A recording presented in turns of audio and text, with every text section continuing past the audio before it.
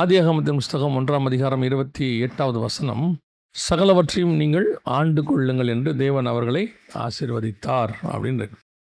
தேவனுடைய திட்டம் என்ன அப்படின்னு சொல்லி நம்ம பார்க்குறோம். கர்த்தர் மனுஷனை, பூமியை படைச்சதுக்கு தேவனுக்கு ஒரு திட்டம் இருக்கிறது. எதையுமே ஆண்டவர் திட்டம் இல்லாமல் செய்கிறதில்ல, நம்மளே செய்கிறதில்ல. அப்படி நம்ம திட்டம் இல்லாமல் எதையாவது செஞ்சோம்னா விருதான்னு பேர். அதுக்கு பேர் என்ன? விருதாவா. இப்போது தாவீது அவங்க அண்ணன்களை பார்க்க வராரு. அப்போ தாவீது கேட்குறாரு, நான் வந்ததுக்கு ஒரு முகாந்தரம் இல்லையோ, நான் சும்மாவா வந்தேன் அப்படிங்கிறாரு. அப்போ வந்ததுக்கு, ஒரு காரியத்தை செய்வதற்கு எல்லாத்துக்கும் ஒரு திட்டம் இருக்குது, தேவ நோக்கம் இருக்குது. அப்படி இருக்கும்போது ஆண்டவர் மனுஷனை உண்டாக்கி விட்டு அந்த டோட்டல் பிளான்.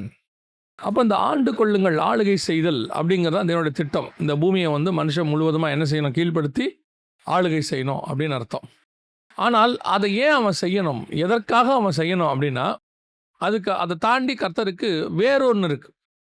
அதாவது பரலோகத்தில் ஆண்டவர் தனக்கு கீழாக 2வது வானத்தில், உங்களுக்கு எல்லாருக்கும் தெரியும், லூசிஃபருங்கிறவனை வைக்கிறாரு. எசேக்கியேல் 28:12 அதை பற்றி இருக்குது, அவனை வைக்கிறாரு. அப்புறம் அவனுக்கிட்ட ஒரு எண்ணம் வருகிறது, நான் தேவனுக்கு மேலாக போவேன் என்று சொல்லி அவன் தள்ளப்படுகிறான். தூதர்களும் தள்ளப்படுகிறார்கள் அவனோடு கூட. இப்போ கர்த்தர் என்ன பண்ணணும்? அந்த இடத்துக்கு லூசிஃபரையும் அவன் தள்ளப்பட்டவனுக்கு பதிலாக இன்னொருத்தரை உண்டாக்கி அந்த இடத்துக்கு கொண்டு வரணும். இப்போ ஆண்டவர் என்ன பண்ணுறாரு? தேவ தூதரிலும் சற்று சிறியவனாக ஆதாமை உண்டாக்குறார். இப்போ சொல்கிறாரு, பலுகி பெருகி பூமியை நிரப்புங்கள். இந்த எண்ணிக்கை தான் கீழே விழுந்த தூதருடைய எண்ணிக்கை. அந்த இடத்துல கொண்டு போய் இவங்க எல்லாம் நிரப்பணும். அதான் காட்ஸ் பிளான். ஸோ இது ஒரு டெம்பரவரி பிளான். ஆனால் இந்த பிளானில் கர்த்தருடைய திட்டம் என்னென்னா, அதோடைய கான்செப்ட் என்னென்னா, ஆண்டு கொள்ளுங்கள், கீழ்ப்படுத்தி ஆண்டு கொள்ளுங்கள். ஆளுகை செய்வது என்பது என்ன அப்படின்னு கேட்டிங்கன்னு சொன்னால், பொதுவாக நம்ம ஆளுகை செய்வது அப்படின்னா, நம்ம பார்த்த வரைக்கும் இப்போது ஒரு முதலமைச்சர் இருக்காருன்னா 5 வருஷம் ஒரு மாநிலத்தை ஆளுவார். ஒரு பிரதமர் இருக்காருன்னா 5 வருஷம் ஒரு நாட்டை ஆளுவார். இந்த மாதிரி ஆளுகை செய்தல் என்பது இது மட்டும் இல்லை, நமக்கு இன்னும் கொஞ்சம் ஆளுகைகள் நமக்கு தெரிஞ்சிருக்கு. உதாரணமாக ஒரு ஃபேக்ட்ரி இருக்குது, இல்லை ஒரு ஆர்கனைசேஷன் இருக்குது, அதை ஒருத்தர் என்ன செய்கிறாரு? நடத்துகிறார். அவர் கண்ட்ரோலில் அது இருக்குது. குடும்பத்தை ஒருத்தர் வச்சிருக்கிறார், அவர் அந்த குடும்பத்தை என்ன பண்ணுறாரு? அவர் தான் ஆண்டு கொள்கிறார், நடத்துகிறார். இந்த மாதிரி ஆண்டு கொள்ளுங்களில் நிறைய டிஃபரன்ஸ் இருக்குது. ஆனால் இங்கே கர்த்தர் சொல்கிற ஆளுகை என்பது என்ன? அதான் ரொம்ப இம்பார்ட்டன்ட். கர்த்தர் சொல்லக்கூடியதான ஆளுகை என்பது என்ன, எதற்காக? அதுதான் நம்மளுடைய கர்த்தர் நம்மளை உண்டாக்கின எல்லாருடைய பேட்டர்ன் அதுதான். கர்த்தர் நம்மளை உண்டாக்குனதோட நோக்கமே அதுதான்.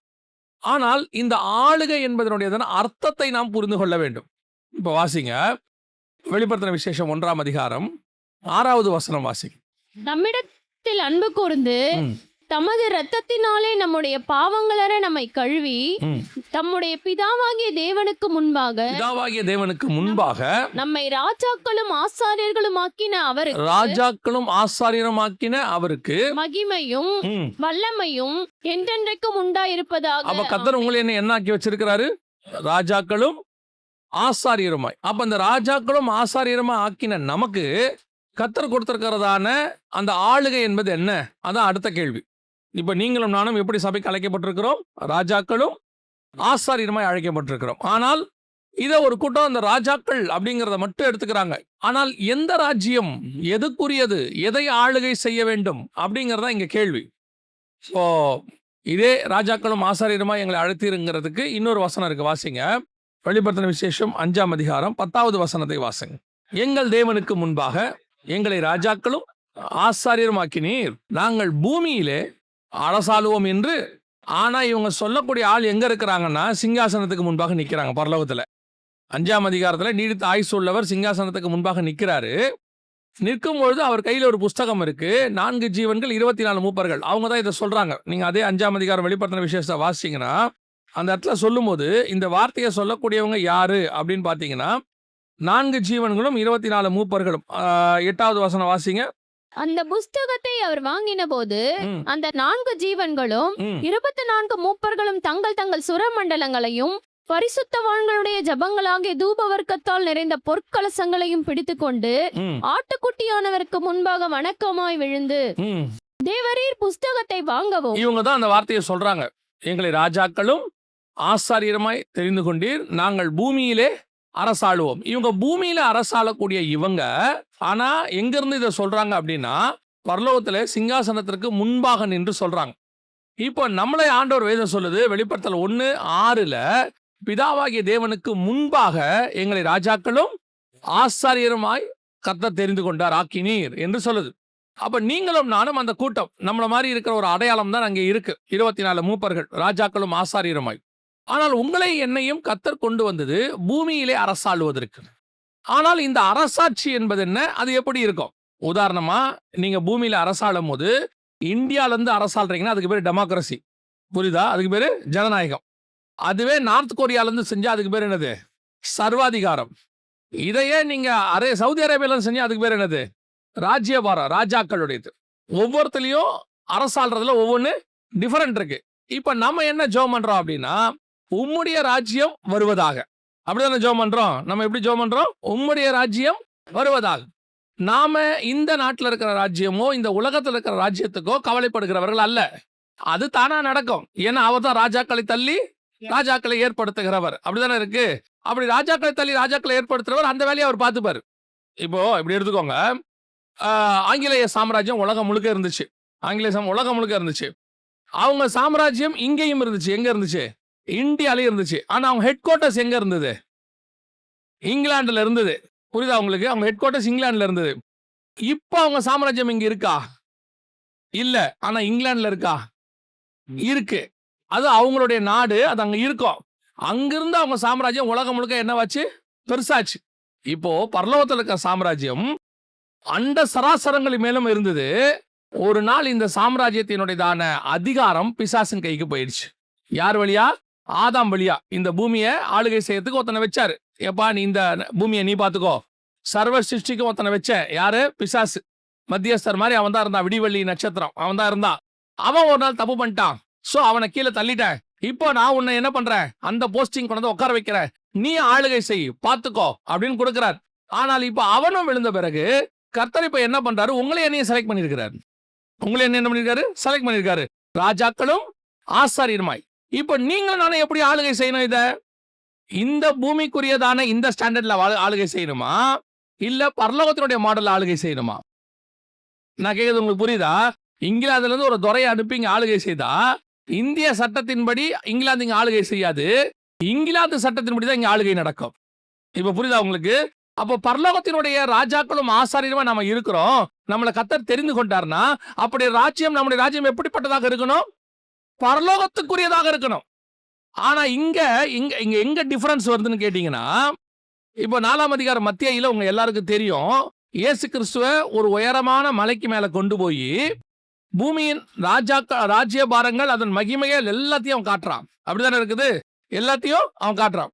காட்டிட்டு இவைகளை எல்லாம் நான் உனக்கு தருவேன் அப்படிங்கிறான்.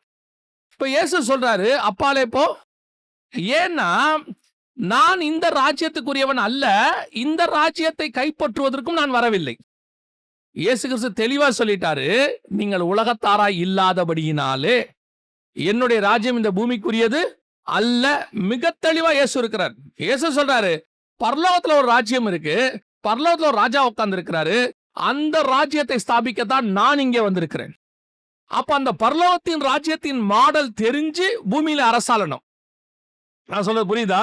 இல்லைன்னா என்ன ஆகும்னா, இப்ப நிறைய பேர் கிறிஸ்தவத்துல என் ஊழியக்காரர்கள் ஊழியங்கள் கூட அவர்கள் பரலோக ராஜ்யத்தின் மாடலை இங்க பண்ண ரெடியா இல்ல, பூமிக்குரிய ராஜ்யத்தை ரிப்ளிகேட் பண்றதுக்கு ரெடியா இருக்கிறாங்க. இங்க யார் பேர்ல? இயேசுவின் பேர்ல. ஏன்னா அவர் என்ன ராஜாவா வச்சிருக்கிறாரு. அவர் ராஜாவா வச்சது உலகத்தின் மாடல் ராஜா இல்ல, பரலோகத்தின் மாடல் ராஜா. உங்களுக்கு புரியுதா? இப்ப அப்ப நீங்க இங்கிலாந்துக்காரன் இங்க ஆட்சி செய்யும் போது அந்த சட்டத்திட்டத்தின்படி அவங்களுக்கு ஏத்த மாதிரி தான் இருப்பான். நீங்க பாத்திருக்கீங்களா? இங்கிலாந்துக்காரங்க இங்க வராங்கன்னு வச்சுக்கோங்க, ஒரு உதாரணத்துக்கு நான் சொல்றது இல்ல, எக்ஸாம்பிள் வராங்கன்னு வச்சுக்கோங்களேன். ஏதோ ஒரு நாள் நம்ம சந்தோஷப்படுறதுக்கு அங்கிருந்து வரவர் என்ன பண்ணுவாரு? ஒரு புடவை கட்டிட்டு வருவாங்க அந்த அம்மா, இல்ல அவர் வேஷ்டி சட்டை கட்டிட்டு வருவாரு. காலமெல்லாம் அப்படி செய்யறாரா? அவர் கோட் சூட்ல தான் வருவாரு. சிலர் என்ன பண்ணுவாங்கன்னா, அந்த ஒரு நாள் அப்படி நம்ம கிட்ட அந்த வேட்டி சட்டையை போட்டு புடவையை கட்டி அப்படின்னு வெளியில அந்த தூதர்கள்லாம் வருவாங்க. தூதர்கள், வெளிநாட்டு தூதர்கள்லாம் நம்ம கிட்ட என்ன பண்ணுவாங்க? அப்படி காட்டுவாங்க. நாம உடனே பாருங்க நம்ம கலாச்சாரம் எல்லாம் செய்யறாங்க அப்படிம்பாங்க. மறுநாள் அந்த அம்மா கவுன்ல வரும். அவரு என்ன பண்ணுவாரு? கோட் சூட்ல வருவாரு. ஏன்னா அவருடைய ராஜ்யத்தின் அடையாளம் தான் அவர் மேல் காணப்படுமே ஒழிய, இது நமக்காக ஏதோ 1-2 செய்வாங்க, ஆனால் அவங்க மாறவே மாட்டாங்க. அப்படியே வச்சுக்கோங்க, கோட் சூட் போட்டாலும் உள்ளுக்குள்ள இருக்கிற ஒரு வெள்ளக்காரர் தான் இருப்பாரு. இல்லையா? என்னதான் அவர் வேட்டி சட்டை போட்டாலும் உள்ள இருந்து வர்றது என்னவா தான் இருக்கும்? அவருக்குரியதா இருக்குமே ஒழிய நமக்குரியதா இருக்காது. அப்ப என்ன அர்த்தம்? நான் இந்த பூமியில ராஜாவாக அரசாளுவேன் என்று கர்த்தர் என்னை தேர்ந்தெடுத்தாலும், ராஜாக்களும் ஆசாரியருமா இருந்தாலும், நீங்களும் நானும் பரலோக ராஜ்யத்தை பிரதிபலிக்கிறது தான் இங்க இருக்கோம். அப்ப அந்த ஆளுகையும் அதிகாரம் முழுக்க முழுக்க பரலோகத்துக்குரியதா இருக்கணும். நான் சொல்ல புரியுதா? இப்ப நீங்க அமெரிக்கால டிரைவிங் லைசன்ஸ் வாங்கிட்டீங்க, இங்க வரீங்க, அமெரிக்கால லெஃப்ட் ஹேண்ட் சைடு ஓட்டுவாங்க எல்லாரும். எல்லாரும் என்ன பண்ணுவாங்க? லெஃப்ட் ஹேண்ட் சைடு ஓட்டுவாங்க. அந்த டிரைவிங் லைசன்ஸை வச்சுக்கிட்டு அந்த மெத்தட் படிதான் நான் இங்க வண்டி ஓட்டுவேன்னா உள்ள பிடிச்சி வச்சிருவாங்க. வச்சிருவாங்களா மாட்டாங்களா? Not valid. பண்ண முடியாது. இந்தியாவில் இருக்க டிரைவிங் லைசன்ஸ் படி தான் நீ வண்டி ஓட்டணும். அந்த மெத்தட் தான் ஃபாலோ பண்ணணும் சொல்லுவாங்க இல்லையா? அதே மாதிரி அமெரிக்காவுக்கு போனா அந்த தான் ஃபாலோ பண்ணணும். அதே மாதிரி நீங்களும் நானும் அமெரிக்க பிரஜை மாதிரி நாம பரலோக பிரஜை. நீங்கள் நானும் மாறவே முடியாது, மாறவும் கூடாது. அப்படி மாறிட்டீங்கன்னா நீங்க இந்த நாட்டு பிரஜையா மாறிடுவீங்க, உலகத்துக்குரியவனாய் மாறிடுவீங்க. அப்ப உங்களுடைய ஆளுகை எது மேல இருக்குது? எது மேல விருப்பப்படுது? இந்த பூமிக்குரியது, பூமியில உள்ள அதிகாரம் அது மேல இருக்கிறது. அது மேல நீங்க எப்போ ஆசைப்பட்டுக்கிட்டே இருக்கீங்களோ, you are not eligible for the heavenly kingdom. பரலோக ராஜ்யத்தை விரும்புகிறவன், அந்த ஆளுகையை விரும்புகிறவன் அதைத்தான் செய்வான். அதை பத்தி தான் யோசிப்பான். அந்த ஆளுகை எப்படி இருக்கணும்னு அவன் தெரிஞ்சுப்பான். உங்களுக்கு தெரியுமா? நீங்கள் பூமியில் அரசாளுகிறீர்கள், மாற்று கருத்தே கிடையாது. ஆனா கவர்மெண்ட் ஹெவன்லி கவர்மெண்ட். ஆனா லாஸ் அண்ட் டாக்டரின்ஸ் எல்லாமே பரலோகத்துக்குரியது. உங்களை போஷிக்கிறது பரலோகம். இங்க வந்து அமெரிக்க தூதரகம் இருக்கும், உங்களுக்கு தெரியும், நம்ம மவுண்ட் ரோட்ல இருக்கு. உங்களுக்கு தெரியுமா? அமெரிக்கன் எம்பசி இருக்காங்க. அந்த அமெரிக்கன் எம்பசி இருக்கிறது இந்தியாவில். அவங்களுக்கு அங்க பாதுகாப்பு கொடுக்கறது இந்தியன் போலீஸ். கரண்ட் கொடுக்கறதுலாம் இந்தியன் கவர்மெண்ட். ஆனா சம்பளம் மட்டும் எங்க இருந்து வரும் தெரியுமா? அமெரிக்கால இருந்து வரும். அவங்க யாருக்கு வேலை பார்க்கறாங்க? அமெரிக்காவுக்கு வேலை பார்க்கறாங்க. நான் சொல்லுங்க புரியுதா? அதே மாதிரி இந்த பூமிக்குரியவர்களாக நடை, உடை, பாவனை, சாப்பாடு எல்லாம் இங்க சாப்பிட்டாலும் நீங்கள் நான் யாருக்கு வேலை பார்க்கறோம் தெரியுமா? ஹெவனுக்கு வேலை பார்க்கறோம். அந்த எண்ணம் உங்களுக்குள்ள ஊடுருவணும். அந்த தாட் அப்படி வந்தால்தான், இதோட பிளஸ் பாயிண்ட் என்னன்னா, அப்படி வந்தால்தான் பூமிக்குரிய ராஜ்யத்தின் மேல் உங்களுக்கு பற்று போகும். இந்த பற்று சில நேரத்தில் நம்ம என்ன நினைக்கிறோம் தெரியுமா? ஒரு சிலர் நினைக்கிறாங்க, எனக்கு இந்த மாதிரி எல்லாம் விட்டுட்டு ஹெவனை பத்தி நினைக்கணும்னு ஆசையா தான் இருக்கு, ஆனா என்னால முடியல, இந்த தாட் எனக்குள்ள ஓடிக்கிட்டே இருக்கு. அதோட அர்த்தம் என்னன்னா, நீங்க இதை வச்சுக்கிட்டு அதை யோசிக்கிறீங்க. கொஞ்சம் மாத்துங்க, அதை மட்டும் யோசிங்க, இது தானா போயிடும். மேலானது வரும்பொழுது கீழானது போகும். மேன்மையானது வரும்பொழுது அதை விட மேன்மை குறைவானது போகும். உண்மையானது வரும்போது பொய்யானது போகும். வெளிச்சம் வரும்போது இருள் போகும். பரலோகம் வரும்போது பூமி போகும். அல்லேலூயா. அப்ப இந்த ஆளுகை என்பது எதுனா ஸ்பிரிச்சுவல் ஆளுகை, ஸ்பிரிச்சுவாலிட்டி. நாம என்ன எதை எப்படி இருக்கணும்னு இருக்கு? எஸ்தர் ராஜகுமாரத்தி பூமியில ராஜாக்கணும், நானும் ஆகணும் இல்ல. புதிய ஏற்பாட்டுல ரொம்ப தெளிவா இயேசு சொல்லிட்டாரு, நம்முடைய ராஜ்யம் பூமிக்குரியது, ஆனா பூமியை ஆளுவோம். ஆனா எப்படி செய்வோம்? இப்ப இயேசு கிறிஸ்துவ கேக்குறாங்க பிறந்த உடனே, இவர் யூதருக்கு ராஜா. ஆமாங்க, சரி குழந்தை, அவர் சொல்லல, சுத்தி இருக்கிறவங்க சொல்லிட்டாங்க, இருந்துட்டு போட்டோம். பிலாத்து கூப்பிட்டு கேட்கிறாரு, நீர் யூதருக்கு? அவர் என்ன சொன்னாரு? ஆம், நீ சொல்லுகிறபடிதான். இப்ப கூப்பிட்டு கேட்டா, இயேசு கிறிஸ்துவ கூப்பிட்டு கேட்கறாங்க, என்ன பேசிஸ்ல நீங்க ராஜான்னு சொல்றீங்க? அரண்மனைக்கு போனதில்ல, ராஜ சாப்பாடுலாம் உட்காந்து சாப்பிட்டதில்ல, யுத்தம் பண்ணதில்ல, குதிரையில ஏறினதில்ல, எதுவுமே பண்ணல, எப்படி உங்களை ராஜாங்கிறீங்க? அவர் சொல்லுவாரு, இந்த பாரு, நீங்கள் எல்லோரும் மாம்சத்தின்படி பூமியில ராஜாவா இருக்கிறீர்கள், நான் ஆவியினாலே அபிஷேகம் பண்ணப்பட்டிருக்கிறேன், நான் தான் ராஜா. அந்த அபிஷேகம் தான் உங்கள் மேலும் என் மேலும் இருக்கிறது. புரியுதா? அப்ப அத்தாரிட்டிங்கிறது, ராஜ்யபாரம்ங்கிறது அத்தாரிட்டி. இப்போ ஒரு 4 பேர் போட்டிடுறாங்க, மக்கள் ஒருத்தரை தேர்ந்தெடுத்துட்டாங்க. அந்த தேர்ந்தெடுத்து அவருக்கு பதவி பிரமாணம் வச்சாச்சுன்னா அவர் என்னவா மாறிடுறாரு? முதலமைச்சரோ அல்லது பிரதமரோ அல்லது ஜனாதிபதியோ மாறிடுறாங்க. அப்ப அந்த பதவி பிரமாணம் தான் அத்தாரிட்டி. மிச்சம் 3 பேருக்கு பதவி பிரமாணம் பண்ணல, அப்ப அந்த அத்தாரிட்டி இல்ல. அப்ப அந்த அத்தாரிட்டிங்கிறது, அதிகாரம்ங்கிறது எதன் பேர்ல இருக்கு? உங்களுக்கு பண்ணி வைக்கிற பதவி பிரமாணத்துல பேர் இருக்கு. சாதாரணமா இருக்கிற வரைக்கும் சாலமோன் சாதாரணமானவன். எப்ப தாவீது வாய் திறந்து அவனை ராஜான்னு சொல்லிட்டாரோ, பதவி பிரமாணம் பண்ணிட்டாரோ, அன்னில இருந்து அவன் ராஜா. அந்த அதிகாரம் வந்துடுச்சு. அந்த வார்த்தைக்கு அப்படி ஒரு அபிஷேகம் இருக்கு. அதே தான் உங்களை என்னையும் ராஜாக்களும் ஆசாரியமா மாத்தி இருக்கிறாரு. அந்த அதிகாரம் நம்ம மேல இருக்கு. ஆனால் என்ன மாதிரி ஆளுகை செய்யணும்? பரலோகத்தின் ஆளுகை செய்யணும், ஸ்பிரிச்சுவல் ஆளுகை செய்யணும். இப்போ எலியா போய் யார் ராஜா வரணும்னு ஆண்டவருக்கு சொல்லணுமா, இல்ல எவன் ராஜாவா வந்தாலும் எலியா வந்து பார்க்கணும்? இது கரெக்டா? யார் ராஜா வந்தாலும் எலியா வந்து பார்க்கணும். தேவன் எவன ராஜா பார்க்கணும் எலியாவுக்கு கவலை இல்லை. ஏன்னா எலியாவுக்கு ராஜா தேவன். அவர் என்னை ஆர்டின் பண்ணிருக்காரு. இந்த அத்தாரிட்டி உங்க மைண்ட்ல வரணும். இந்த அதிகாரம் உங்க மைண்ட்ல வரணும். நீங்க எப்படி இருக்கிறீங்கன்னா 5 வருஷ போஸ்டிங், 8 வருஷ போஸ்டிங், 10 வருஷம் போஸ்டிங்க்கு நீங்களே ஒரு பயத்துக்கு வந்துட்டீங்க. ஐயோ, அவங்களுடைய கவர்மெண்ட் வந்துருச்சு, என்ன நடக்குமோ? ஒன்னும் நடக்காது. இந்த பூமியின் ராஜாக்களுக்கு அதிபதி ஒருத்தர் உட்கார்ந்து இருக்கிறாரு. அவர் உங்களை என்னையும் ராஜாக்களுக்கு மேலாக அபிஷேகம் பண்ணியிருக்கிறார். இந்த அத்தாரிட்டி இஸ் வெரி இம்பார்ட்டன்ட். ராஜா வந்து எலியாவிட்டே எலிசா கிட்டே கேட்கணும், என்ன பண்ணலாம் அப்படின்னு கேட்கணும். அதுதான் கர்த்தர் உங்களுக்கு எனக்கு வச்ச அதிகாரம்னு வச்சுக்கோங்களேன். புதிய ஏற்பாட்டிலே அது வரும். ஏரோது வர சொன்னா ஆண்டவர் வர முடியாதும்பாரு. என்ன சொல்லுவாரு? வர முடியாது என்று அந்த நரிகிட்ட போய் சொல்லு அப்படிம்பாரு. அதே நேரத்துல ஆகாப போய் உன்னை காண்பின்னு சொன்னா எலியா சொல்லுவாரு, நான் வர சொன்னேன், ஆகாப வர சொல்லும்பாரு. அப்படிதானே சொன்னாரு? எலியா வந்திருக்கிறேன் என்று ஆகாபின் இடத்துல போய் சொல். ஆகாப் ரதத்தை பூட்டி கொண்டு வந்தான். வரணுமா வர வேணாமாங்கிறது அவந்து. ஆனா நான் போக மாட்டேன். எலியாவும் போக மாட்டான், இயேசுவும் போக மாட்டாரு. புதிய ஏற்பாட்டில இருக்கு, பழைய ஏற்பாட்டில இருக்கு. அப்ப எங்கள் அதிகாரம் என்பது அதை தாண்டினது, ஸ்பிரிச்சுவல். இது எப்பேற்பட்ட அதிகாரம் தெரியுமா? ஒரு 5 வருஷம் ஆள்ற அதிகாரம் அல்ல, காற்றையும் கடலையும் அடக்குகிற அதிகாரம். இது எப்பேற்பட்ட அதிகாரம்? மலையை பெயர்ந்து போ என்றால் பெயர்ந்து போகிற அதிகாரம். இது எப்படிப்பட்ட அதிகாரம்? மரித்தோரை உயிரோடு கூட எழுப்புகிற அதிகாரம். இது எப்படிப்பட்ட அதிகாரம்? வானமண்டலத்தின் பொல்லாத சேனைகளை அப்புறப்படுத்துகிற அதிகாரம். நீங்களும் நானும் அப்ப எவ்வளவு ஒரு வல்லமை உள்ளவங்க பாருங்க. உங்களுக்குமே உங்களுடைய இது குறுகினது, உங்க தாட் குறுகினது. எப்படி குறுகினதுன்னு கேட்டீங்கன்னா, நீங்க விரும்புறத குறுக்கமான காரியங்களை விரும்புறீங்க. நான் சொல்லுங்க, புரியுதா? என்னதான் அம்மா சாப்பாடு செஞ்சு டிஃபன் பாக்ஸ்ல போட்டு காய்கறி வச்சு கொடுத்தாலும் அந்த அங்க நிக்கிற 50 காசு தேன் மிட்டாய்க்கு தானே அவன் போய் நிப்பான். நிக்கிறானா இல்லையா? நீங்க என்னதான் போட்டு கொடுத்து, ஸ்நாக்ஸ் போட்டு கொடுத்து, அதுல ஒரு டவலை வச்சு ஒரு ஸ்பூனை வச்சு எல்லாம் வச்சு நல்லா டீசெண்டா ஷூ சாக்ஸ போட்டு எல்லாத்தையும் கையில போய் கொடுத்தாலும் அவன் கேன்டீன்ல சமோசா சாப்பிட்றானா இல்லையா? சாப்பிட்றான்ல. இதுதான் நம்ம இயல்பு.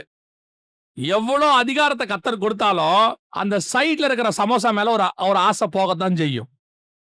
அந்த சமோசாவோட குவாலிட்டி என்ன, அது உடம்புக்கு நல்லதா கெட்டதா, அது எதுவுமே நமக்கு தெரியாது. ஆனா நமக்கு என்ன, இந்த சமையலை விட சமோசா டேஸ்டா இருக்கு. அப்போ கர்த்தர் நமக்கு வச்சதான மேன்மைங்கிறது வேற, மகா பெரியது, மகா பெரிய ஆளுகை, சர்வ வல்லமையுள்ள தேவனுடைய ஆளுகை. ஆனால் நீங்களும் நானும் இந்த சின்ன பூமி, குட்டி பூமியில அதுல ஒரு ஏரியாவுல, அதுல ஒரு பாக்கத்துல இந்த ஆளுகைக்கு ஆசைப்பட்டுக்கிட்டு இருக்கிறோம். ஆண்டவர் சொல்வாரு, நான் வானத்தையும் பூமியும் உண்டாக்கின தேவன், சர்வ வல்லமை உள்ள தேவன். இன்னும் நீங்க ஒரு படி மேல சொல்றேன், நான் இந்த பூமிக்குரிய ராஜ்யம் இல்லைன்னு வசனத்துல சொன்னோம்ல, ஒரு படி மேல போய் கர்த்தர் சொல்றாரு, இதை தாண்டி உன்னதங்களில் இருக்கிறதான ராஜ்யம். வாசிங்க, எபேசியருக்கு நிருபம் 3ஆம் அதிகாரம் 10வது வசனம் வாசிங்க. உன்னதங்களில் உள்ள துரைத்தனங்களுக்கும் அதிகாரங்களுக்கும் அவருடைய அனந்த ஞானமானது சபையின் மூலமாய் இப்பொழுது தெரிய அவருக்கு மேல உன்னதங்கள்ல ஒரு துரைத்தனமும் அதிகாரம் இருக்கு. அத்தாரிட்டி, உன்னதங்களில் உள்ளதான அத்தாரிட்டி உன்னதத்துல இருக்கு, ஹெவன்ல இருக்கு. அந்த அத்தாரிட்டி என்னங்கிறது சர்ச்சு வழியா தான் தெரியும். நான் சொல்லுங்க, புரியுதா? இப்போ ஒரு உதாரணம், இப்போ மேதிய பெர்ஷிய சாம்ராஜ்யத்துல ஒரு அரசாட்சி கவர்மெண்ட் இருக்கு, சரியா? இந்த கவர்மெண்ட்ல இருக்கிற அதிகாரம், அதுல உள்ள லாஸ், இது என்ன ஏதுங்கிறது அந்த பிரஜையா இருக்கிற யூதர்கள், அடிமைகள் இருக்கிறாங்களே, அவங்களுக்கு தெரியுமா தெரியாதா? அந்த லா உள்ளுக்குள்ள என்ன எழுதி இருக்கிறாங்க, என்ன பண்ணிருக்காங்க, ஏதாவது இவங்களுக்கு தெரியுமா? அடிமைகளுக்கு தெரியுமா? தெரியாது. இப்போ நீங்க நானுமே இருக்கிறோம். இந்திய அரசியல் அமைப்பு சட்டத்தை தெரிஞ்சவங்க எத்தனை பேர்?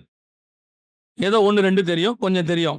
ஆனால் இந்திய அரசியல் அமைப்பு சட்டங்கிறது தெரியணும்னா நீங்க என்ன படிச்சிருக்கணும்? அதுக்கு லா படிச்சிருக்கணும், அந்த கோர்ட்டுக்கு போயிருக்கணும். அந்த விஷயங்கள் தெரிஞ்சாதான் இது எல்லாம் நமக்கு தெரியும். இப்போ யோசித்து பாருங்க, இப்போ அந்த ஒரு பெரிய கவர்மெண்ட், மேதிய பெர்ஷிய கவர்மெண்ட் 127 நாடுகளை அரசாள்றாரு அவர், அகாஸ்வேர ராஜா. ஆனா அந்த கவர்மெண்ட்டுக்குள்ள என்ன நடக்குது, என்ன பட்ஜெட்டு, எவ்வளவு பணம் இருக்குது, எவ்வளவு தூரம் அரசாட்சி நடக்குது, இவ்வளவும் தெரியணும்னா மொர்தெகாய்க்கு தெரியணும். என்ன பண்ணணும்? மொர்தெகாய் வாசல்ல உட்காந்து கிடக்காரு. அவருக்கு ஒண்ணுமே தெரியாது. உள்ளுக்குள்ள இருக்கிற பட்ஜெட்டோ, ராஜாவுக்குள்ள இருக்கிற அந்த சீக்ரெட். சில நேரத்தில் பார்த்தீங்கன்னா, உங்களுக்கு பதவி பிரமாணம் பண்ணி வைக்கும்போது பிரதமருக்கோ முதலமைச்சருக்கோ பண்ணும்போது ரகசிய காப்பு பிரமாணம்னு ஒன்று பண்ணுவாங்க. கேள்விப்பட்டிருக்கீங்களா? அது கவர்மெண்ட்ல உள்ளதான ரகசியம். அது யாருக்குமே என்ன செய்யாது, தெரியாது. அதுக்கு பேர் ரகசிய காப்பு பிரமாணம். சரி, ஒருவேளை நாம் அதை தெரிஞ்சுக்கணும்னா என்ன பண்ணணும்? அந்த இடத்துக்கு நம்ம போகணும். ஒன்று நாம ராஜாவா மாறணும், இல்லை அந்த இடத்துக்கு நம்ம போய் அந்த ராஜாவுக்கிட்ட வேலைக்கு சேரணும். அதுவும் எந்த இடத்துல போன ராஜாவுக்கு வேலைக்கு சேர்ந்தாலும் அவருக்கு பக்கத்தில் போய் உட்காரணும். அப்பதான் நான் அந்த ராஜா நம்பி நம்மகிட்ட என்ன செய்வாரு, அந்த அதிகாரம் என்ன, இது உள்ள இருக்க ரகசியம் என்ன, எல்லாத்தையும் நம்ம கிட்ட சொல்லுவாரு. ராஜா நம்புற இடத்துக்கு நம்ம போனாதான் அது நடக்கும். இப்ப ராஜா அந்த இடத்துக்கு எஸ்தரை கூட்டிட்டு போய் பக்கத்துல உட்கார வச்சுக்கிட்டாரு. எஸ்தரை கூட்டிட்டு போய் பக்கத்துல உட்கார வச்சுக்கிட்டாரு. இப்போ அரண்மனையில் நடக்கிறது எல்லாமே யாருக்கு தெரியும்? எஸ்தர் மூலமா யாருக்கு தெரியும்? வெளியே இருக்கிற மொர்தெகாய்க்கு தெரியும். இதை தான் பைபிள் சொல்லுது. உன்னதங்களில் உள்ள அதிகாரம், அந்த மணவாளனுடைய அதிகாரம் என்ன என்பது சபையாகிய மணவாட்டி வழியாக உலகத்துக்கு தெரிய வந்துச்சு. இல்லைன்னா அது நமக்கு தெரியவே தெரியாது. அது உன்னதங்கள்ல உள்ளது. அந்த உன்னதங்கள்ல உள்ளது ஏன் சபை வழியா தெரிய வருதுன்னா, அந்த இடத்துக்கு சபையை தவிர வேற யாரும் போய் சிங்காசனத்துல அவர் கூட உட்கார முடியாது. அந்த அதிகாரத்தை சபைக்கு மட்டும்தான் கர்த்தர் செஞ்சிருக்கிறாரு. அப்படிதான் சொல்லுது, ஜெயம் கொள்ளுகிறவன் எவனோ அவனை என்னோடு கூட. இப்போ அந்த சிங்காசனத்துல போய் நான் கூட உட்கார்ந்தாதான் அந்த சிங்காசனத்துக்குரிய பவர் என்னன்னு எனக்கு தெரியும். அந்த ராஜ்யத்துல இருக்கிற சட்டங்கள் என்னன்னு எனக்கு தெரியும். அதனுடைய பெனிஃபிட்ஸ், அதுல உள்ளதான காரியங்கள் எல்லாம் எனக்கு தெரியணும்னா நான் உள்ள போய் பக்கத்துல உட்கார்ந்தா மட்டும்தான் தெரியும். இப்ப சொல்றாரு எபேசியர் 3ல, உன்னதங்களில் உள்ள துரைத்தனங்களும் அதிகாரங்களையும் சபையின் மூலமாக தெரிய பண்ணும் பொருட்டு. இப்ப புரியுதா? எஸ்தர் போய் உட்கார்ந்தா ராஜாவுடைய காரியம் மொர்தெகாய்க்கு அறிவிக்கப்படும். சபை போய் தேவனோட உட்கார்ந்தாதான் அந்த அதிகாரம் என்ன என்பது சபை வழியாய் உலகத்துக்கு தெரிய வரும். அப்ப நீங்களும் நானும் உன்னதங்களில் உள்ள அதிகாரம், துரைத்தனம் அப்படின்னா என்னங்க? நான் சொல்ல புரியுதா?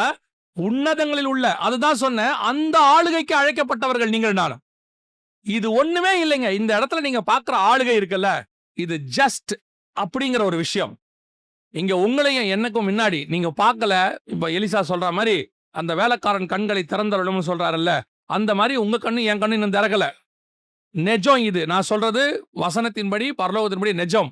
உங்களையும் என்னையும் சுத்தி ஒரு மிகப்பெரிய ஜெயின்ஸ் தூதர்கள் நின்று கொண்டிருக்கிறார்கள், நிக்கிறாங்க. இப்ப இருக்கே, நான் பிரசங்கம் பண்ணிட்டு இருக்கும் போது நம்ம கண்ணுக்கு உங்க பக்கத்துல, ஒவ்வொருத்தருக்கு பக்கத்துல அவர்களுக்குரிய தூதர்கள் நிற்கிறார்கள். வசனம் சொல்லுது, நீங்கள் வசனத்தை விசுவாசித்தால் நீங்கள் இதையும் விசுவாசிக்கணும்.